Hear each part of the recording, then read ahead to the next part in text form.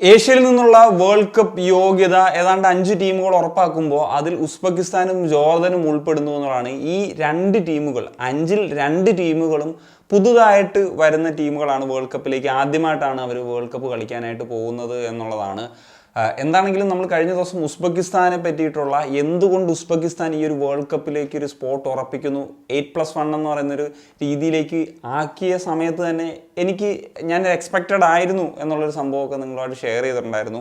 അതിനുള്ള കാരണം അവർ youth ഡെവലപ്മെൻറ്റിൽ grass root ലെവലിൽ നന്നായിട്ട് വർക്ക് ചെയ്തത് തന്നെയാണ് കാരണമെന്നുള്ളതും നമ്മൾ പറഞ്ഞിട്ടുള്ളതാണ്. അതുകൊണ്ട് തന്നെയാണ് ഞാൻ പറഞ്ഞത്, ഇനിയിപ്പോൾ മുന്നോട്ടുള്ള യാത്രയിലേക്കൊക്കെ നോക്കിക്കഴിഞ്ഞാലും ഉസ്ബെക്കിസ്ഥാന് ഏഷ്യൻ ഫുട്ബോളിൽ അല്ലെങ്കിൽ വേൾഡ് കപ്പിലൊക്കെ ഒരു പ്ലേസ് ഉണ്ടാകുമെന്നുള്ള കാര്യം ഏതാണ്ട് ഉറപ്പാണ്. ഇപ്പം അണ്ടർ 17 കാറ്റഗറി ആണെങ്കിലും അണ്ടർ 20 ആണെങ്കിലും അണ്ടർ 23 ആണെങ്കിലും ഈ കാറ്റഗറികളിലൊക്കെ തന്നെ ഏഷ്യൻ ലെവലിൽ നല്ല പെർഫോമൻസ് നടത്താനും ഈ പറഞ്ഞ പോലെ ജൂനിയർ കാറ്റഗറി വേൾഡ് കപ്സിലൊക്കെ സ്ഥിരമായിട്ട് കളിക്കാനും ഒക്കെ ഉള്ളൊരു അവസരം ഉണ്ടാക്കുന്നുണ്ട്. ആ ലെവലിലുള്ളൊരു പ്ലാറ്റ്ഫോമാണ് ഉസ്ബെക്കിസ്ഥാൻ ഫുട്ബോൾ അവരുടെ രാജ്യത്ത് ഒരുക്കുന്നത്. എന്നാൽ ജോർദന്റെ കാര്യത്തിലേക്ക് വരുമ്പോഴത്തേക്കും ഈ ഒരു സാഹചര്യമല്ല. അവർ ഈ പറഞ്ഞ പോലെ യൂത്തിലൊരു ഭയങ്കര വിപ്ലവം സൃഷ്ടിച്ചിട്ടൊന്നും അല്ല വേൾഡ് കപ്പിലേക്കുള്ള യോഗ്യത ഉറപ്പാക്കുന്നത്. അതുപോലെ ഭയങ്കര ഒറിജിൻ പ്ലേയേഴ്സിൻ്റെ ഒരു സാന്നിധ്യവും നമുക്ക് കാണാനായിട്ട് സാധിക്കത്തില്ല. എങ്കിലും ഉണ്ട്, ചില പ്ലേയേഴ്സൊക്കെ ഉണ്ട്, ഇല്ലയെന്ന് ഞാൻ പറയുന്നില്ല. ഇപ്പോൾ ഈ പറഞ്ഞതുപോലെ യൂത്ത് ടീംസ്, ഇപ്പം അണ്ടർ 17 കാറ്റഗറിയൊക്കെ നോക്കിക്കഴിഞ്ഞാൽ ഏതാണ്ട് ഒരു വർഷമാണ് സമീപകാലത്ത് 2018 ഗ്രൂപ്പ് സ്റ്റേജ് കളിച്ചിട്ടുള്ളത്. അതിനേക്കാൾ നല്ല റെക്കോർഡ് ഇന്ത്യയുടെ അണ്ടർ 17 ടീമിനുണ്ട്. പക്ഷേ അണ്ടർ 20 ആണെങ്കിലും അണ്ടർ 23 കാറ്റഗറിയൊക്കെ ആണെങ്കിലും അവർ റെഗുലറായിട്ട് കളിക്കുന്നുണ്ട്.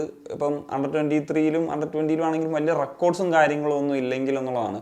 എന്നിട്ടും അവർ സീനിയർ ലെവലിലേക്കൊക്കെ വരുമ്പോഴത്തേക്കും സമീപകാലത്ത് ഒരു മികച്ച പെർഫോമൻസ് നടത്താനായിട്ട് സാധിച്ചു എന്നുള്ളതാണ്. 2022 വേൾഡ് കപ്പിൻ്റെ യോഗ്യതാ റൗണ്ടിൽ, ഇപ്പം സെക്കൻഡ് റൗണ്ടിൽ ഇന്ത്യ ഗ്രൂപ്പ് സ്റ്റേജിൽ 3-ാം സ്ഥാനത്തായിരുന്നു ഫിനിഷ് ചെയ്തത്. അതേസമയത്ത് ജോർദനും 3-ാം സ്ഥാനത്ത് തന്നെയായിരുന്നു ഫിനിഷ് ചെയ്തത്. എന്നാൽ ഈ വർഷങ്ങൾക്കിപ്പുറം വരുന്ന സമയത്ത് ജോർദൻ ആ ഒരു വേൾഡ് കപ്പിൽ ഒരു പ്ലേസ് ഉറപ്പാക്കുന്നു എന്ന് പറയുന്നത്, അവർ എന്ത് മാജിക്കാണ് ഇവിടെ നടത്തിയതെന്ന് പറയുന്നത് തീർച്ചയായിട്ടും ആരാധകർ ഉറ്റുനോക്കുന്ന ഒരു ഫാക്ടർ തന്നെയാണ്. അതിൽ കാരണങ്ങളുണ്ട്. കാരണം ചില നേഷൻസിന് ചില ടാലൻസ് പൊങ്ങി വരും. അപ്പോൾ ആ കുറേ ടാലൻസ് ഒന്നിച്ച് വരുമ്പോഴത്തേക്ക്, ഇപ്പോൾ ഒരു ജനറേഷൻ ടാലൻസിൻ്റെ ഒരു ഒത്തൊരുമിച്ച് വരുന്നൊരു സാഹചര്യം വരുമ്പോഴത്തേക്കും അവർക്ക് ഒരു മികച്ച രീതിയിൽ പെർഫോമൻസ് നടത്താനായിട്ട് പറ്റും എന്നുള്ളതാണ്. അത് നമ്മൾ വേൾഡ് ഫുട്ബോളിലൊക്കെ പലപ്പോഴും കണ്ടിട്ടുള്ളതാണ്. അപ്പോൾ അങ്ങനത്തെ കുറച്ച് മികച്ച താരങ്ങളുടെ ഒരു സാന്നിധ്യം തീർച്ചയായിട്ടും ഈ ഒരു ടീമിന് ഗുണമായിട്ട് വന്നിട്ടുണ്ട് എന്നുള്ളതാണ്. അതുപോലെ തന്നെ അവരുടെ കോച്ചിങ് അപ്പോയിൻമെൻറ്റ്സ്, ഇപ്പം അവരെ ഏഷ്യൻ കപ്പിൻ്റെ ഒരു ലെവലിൽ നോക്കിക്കഴിഞ്ഞാൽ 2024 നടന്നിട്ടുള്ള ഏഷ്യൻ കപ്പിൽ ഫൈനലിൽ വരെയൊക്കെ എത്താനായിട്ട് സാധിച്ചിട്ടുണ്ടായിരുന്നു. അത് മികച്ചൊരു നേട്ടം തന്നെയാണ് എന്നുള്ളതാണ്. കാര്യം ഓർക്കുക, ആ ഏഷ്യൻ കപ്പിൽ അവർ ഗ്രൂപ്പ് സ്റ്റേജിൽ 3-ാം സ്ഥാനത്ത് ഫിനിഷ് ചെയ്ത് ബെസ്റ്റ് 3rd പ്ലേസ് ടീം എന്ന നിലയിലാണ് അടുത്ത റൗണ്ടിലേക്ക് കിടക്കുന്നത്. എന്നാൽ അടുത്ത റൗണ്ടിലേക്ക് വരുമ്പോഴത്തേക്കും മികച്ച വിജയങ്ങൾ, ഇറാഖിനെതിരെയും തജിക്കിസ്ഥാനെതിരെയും സൗത്ത് കൊറിയക്കെതിരെയൊക്കെ വിജയം നേടിയാണ് ഫൈനൽ വരെ എത്തുന്നത്. എന്നാൽ ഫൈനലിൽ ഖത്തറിനോട് തോറ്റ് പോകാനായിരുന്നു അവരുടെ വിധി. ഹുസൈൻ അമോട്ട എന്ന് പറഞ്ഞിട്ടുള്ള ഒരു മൊറോക്കൻ കോച്ചായിരുന്നു. അദ്ദേഹത്തിൻ്റെ ഒരു ടാക്ടിക്സും ഒക്കെ വളരെ ഇമ്പ്രസീവ് ആയിരുന്നു. അതിനുശേഷം അദ്ദേഹം ജോർദൻ വിട്ടു പോയി. ശേഷവും അവർ കൊണ്ടുവന്നത് മറ്റൊരു മൊറോക്കൻ കോച്ചായിട്ടുള്ള ജമാൽ സല്ലമി എന്ന് പറഞ്ഞിട്ടുള്ളൊരു കോച്ചിനെയാണ്. അദ്ദേഹത്തിൻ്റെ അണ്ടറിലും റിസൾട്ടുകൾ ഉണ്ടാക്കുന്നുണ്ട് എന്നുള്ളതാണ്. ഇപ്പം ഈ പറഞ്ഞ ക്വാളിഫയർ ക്യാമ്പയിനിലേക്കൊക്കെ വരുമ്പോഴത്തേക്കും 3rd റൗണ്ടിലാണെങ്കിൽ പോലും വലിയ റിസൾട്ടല്ല. ഇപ്പം കുവൈറ്റിനെതിരെ ഒരു ഡ്രോയോട് കൂടിയാണ് തുടങ്ങിയത്, അത്ര നല്ല റിസൾട്ടല്ല. എന്നാൽ പലസ്തീനെതിരെ വിജയിച്ചു, പിന്നെ സൗത്ത് കൊറിയക്കെതിരെ ഒരു തോൽവി നേരിടേണ്ടി വന്നു. എന്നാൽ ഒമാനക്കെതിരെയുള്ള ടീമുകൾക്കെതിരെ വിജയിക്കാൻ സാധിച്ചു. ഇറാഖിനെതിരെയൊക്കെ ഡ്രോ ആണ്, കുവൈറ്റിനെതിരെ 2ാം ഘട്ടവും ഡ്രോ ആണ്, സൗത്ത് കൊറിയക്കെതിരെ ഡ്രോ ആണ്. ഈ ഒരു ഗ്രൂപ്പ് കുറച്ച് ആനുകൂല്യം ഉണ്ടായി എന്നുള്ളതാണ്. കാരണം എന്ന് വെച്ച് കഴിഞ്ഞാൽ മറ്റ് ഗ്രൂപ്പും C ഗ്രൂപ്പും വെച്ച് പരിഗണിക്കുമ്പോഴത്തേക്കും ഈ ഗ്രൂപ്പ് സൗത്ത് കൊറിയ മാത്രമാണ് കുറച്ചൊരു ടഫ് ഒപ്പണൻസ് ആയിട്ട് ഉണ്ടായിരുന്നത്. എന്നാൽ ഇറാഖ് ആണ് മറ്റൊരു ഒപ്പണൻ്റായിട്ട് പറയുന്നത്. പക്ഷേ അവർ അണ്ടർ പെർഫോം ചെയ്യുന്നൊരു സാഹചര്യത്തിലേക്ക് വന്നു. ആ സ്ഥാനത്താണ് ജോർദൻ കയറി പോകുന്നതും അവർക്ക് വേൾഡ് കപ്പ് സ്പോട്ട് ഉറപ്പിക്കാനായിട്ട് സാധിച്ചത്. അതാണ് പറഞ്ഞത്, അവരുടെ ഈ പറഞ്ഞതുപോലെ ഒരു ടാലൻസിൻ്റെ ഒരു കാര്യമുണ്ട്. കുറച്ച് ഗ്രൂപ്പ് ഓഫ് നല്ല പ്ലേയേഴ്സ് വന്നു എന്ന് പറയുന്നത് ശരിയാണ്. പക്ഷേ ഈ പറഞ്ഞതുപോലെ ഭയങ്കര ഒറിജിൻ പ്ലേയേഴ്സിൻ്റെയോ അല്ലെങ്കിൽ ഈ ഗ്രാസ് റൂട്ടിൽ നിന്ന് ഉണ്ടാക്കിയ ഒരു വിപ്ലവം ഉണ്ടാക്കിയിട്ടുള്ള ടീമൊന്നുമല്ല. ഇപ്പോൾ ഈ ടീമിൽ തന്നെ നോക്കി കഴിഞ്ഞാൽ ഏതാണ്ട് 12ഓളം പ്ലേയേഴ്സ് പുറത്ത് കളിക്കുന്നവരാണ്. അതിലിപ്പോൾ ഫ്രഞ്ച് ലീഗ് 1-ൽ കളിക്കുന്ന ഒരു പ്ലെയറുണ്ട്, സൗദി പ്രോ ലീഗിൽ കളിക്കുന്ന ഒരു പ്ലെയറുണ്ട്, സൗത്ത് കൊറിയൻ ലീഗിൽ കളിക്കുന്ന പ്ലെയറുണ്ട്. ഇവരാണ് മികച്ച ലീഗ്സിൽ കളിക്കുക എന്നൊക്കെ ഉള്ള ലെവലിൽ നമുക്ക് പറയാൻ പറ്റുന്നത്. പിന്നെ Malaysian league, Bahrain league, Luxembourg league, Qatar league, പിന്നെ ഇപ്പോൾ ഇജാസി മെഹറിനെ പോലത്തെയൊക്കെ താരം ഇടക്കാലത്ത് അവരുടെ നാഷണൽ ടീമിലൊക്കെ വന്നു പോയിട്ടുള്ള ഒരു പ്ലെയറാണ്. അദ്ദേഹം പോലും ഇന്ത്യയിലൊക്കെ കളിക്കുന്നത്. അങ്ങനെ പറഞ്ഞല്ലോ വലിയ ലീഗ്സിലൊന്നും കളിക്കുന്ന പ്ലേയേഴ്സ് അല്ല, പക്ഷെ അവർ നാഷണൽ ടീമിൽ കളിക്കുമ്പോഴത്തേക്കും ആ ഒരു ആറ്റിറ്റ്യൂഡിൽ കളിക്കുന്ന ഒരു ടീമാണ്.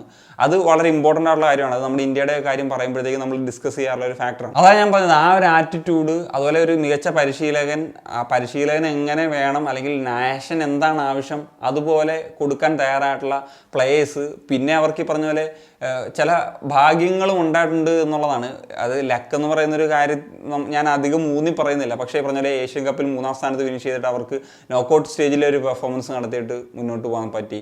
അതുപോലെ ഈ ഒരു 3rd റൗണ്ടിൽ നോക്കിക്കഴിഞ്ഞാലും അവർക്ക് ഭേദപ്പെട്ടൊരു ഗ്രൂപ്പ് കിട്ടി എന്നൊക്കെ പറയുന്നത് അത് കാര്യങ്ങൾ ഫേവറായിട്ട് വന്നു എന്നുള്ളത് തന്നെയാണല്ലോ. ഞാൻ ഇനി എൻ്റെ ഒരു പ്രഡിക്ഷൻ പറയാം. ഇപ്പോൾ ഉസ്ബെക്കിസ്ഥാൻ്റെ കാര്യം എടുത്തു കഴിഞ്ഞാൽ ഇപ്പം അവർ ഇനിയും മുന്നോട്ടുള്ള പല വേൾഡ് കപ്പിലും സ്ഥിരം ഒരു സാന്നിധ്യമായിട്ട് മാറുമെന്നുള്ളതാണ് ഞാൻ എക്സ്പെക്ട് ചെയ്യുന്നത്. ഇപ്പം സൗത്ത് കൊറിയ, ജപ്പാനൊക്കെ പോലത്തെ രാജ്യങ്ങളാണ് നമുക്ക് അതിലൊരു എക്സാമ്പിളായിട്ട് പറയാം. ഓസ്ട്രേലിയയും ഒരു പരിധി വരെ പറയാവുന്നതാണ്. അവർ വൺസ് വേൾഡ് കപ്പിലേക്ക് യോഗ്യത നേടി കഴിഞ്ഞ് സ്ഥിരമായിട്ട് അവർ വേൾഡ് കപ്പിൽ കളിച്ചുകൊണ്ടിരിക്കുന്ന ടീമുകളാണ്. മറ്റ് പല ടീമുകളാണെങ്കിലും മാറിയും കയറിയൊക്കെ വരുന്ന സാഹചര്യം ഉണ്ടായിട്ടുണ്ട്. അപ്പം ഇനി ഒരു 8+1 എന്ന് പറയുന്നൊരു സ്പോട്ടിലേക്ക് വരുന്ന സമയത്ത് ആ ഒരു ടീമുകൾ ഒന്നായിട്ട് മാറാൻ ഉസ്ബെക്കിസ്ഥാൻ കഴിയും. പക്ഷേ ജോർദൻ്റെ കാര്യം എടുക്കുമ്പോഴത്തേക്കും എനിക്ക് തോന്നുന്നത് അങ്ങനെ ഒരു റെഗുലർ ആയിട്ടുള്ള ഒരു പാർട്ടിസിപ്പേഷൻ വേൾഡ് കപ്പിൽ ഉണ്ടാകുമോ എന്നുള്ളത് നമുക്ക് കണ്ടറിയണം. കാരണം മറ്റു ടീമുകളും പറഞ്ഞ പോലെ പെർഫോമൻസ് വൈസ് ഓരോ 4 വർഷം കൂടുമ്പോഴത്തേക്കും കയറിയും താന്നും ഒക്കെ വരുന്ന ടീമുകൾ ഉണ്ടായേക്കാം.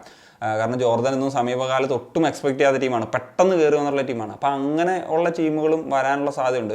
നമുക്കറിയാമല്ലോ, ഇപ്പം പെട്ടെന്ന് ഇപ്പം ഒരു വേൾഡ് കപ്പ് മാത്രം കളിച്ച്, അല്ലെങ്കിൽ ഒരു യൂറോ കപ്പൊക്കെ മാത്രം കളിച്ച് ഇപ്പം ഐസ്ലൻഡ്, വെയിൽസ് ഒക്കെ നമുക്ക് അതിൻ്റെ ഒരു എക്സാമ്പിളായിട്ട് പറയാവുന്നതാണ്. അല്ലെങ്കിൽ ഏഷ്യയിൽ നോക്കിക്കഴിഞ്ഞാൽ UAE, ചൈനയൊക്കെ ഒരു വേൾഡ് കപ്പ് മാത്രമൊക്കെ കളിച്ച് പിന്നെ നമ്മൾ ആ ഒരു ഏരിയയിലേക്ക് കാണാതെ പോകുന്ന ടീമുകളാണ്. അപ്പം അങ്ങനെ ആയി പോകാനുള്ള സാധ്യതയും കാണുന്നുണ്ട്. ഞാൻ എൻ്റെ ഒരു പ്രഡിക്ഷൻ പറയുകയാണ്, ചിലപ്പോൾ ജോർദൻ ഇനി സ്ഥിരം വേൾഡ് കപ്പ് കളിച്ചേക്കാം, അന്നേരം ഈ വീഡിയോ എയറിലായേക്കാം, അതൊക്കെ വേറെ വിഷയം. ഞാൻ ആ ഉസ്ബെക്കിസ്ഥാൻ്റെയും ജോർദൻ്റെ ഒരു കമ്പാരിസൺ പറഞ്ഞു എന്നുള്ളത് മാത്രം. So that's it guys. അപ്പോൾ അത്രയൊക്കെയാണ് പറയാനുള്ളത്. നിങ്ങളുടെ ഒപ്പീനിയൻസ് എന്താണ് തീർച്ചയായും കമ്പോസ് ചെയ്യാൻ വേണ്ടി. സനിയ.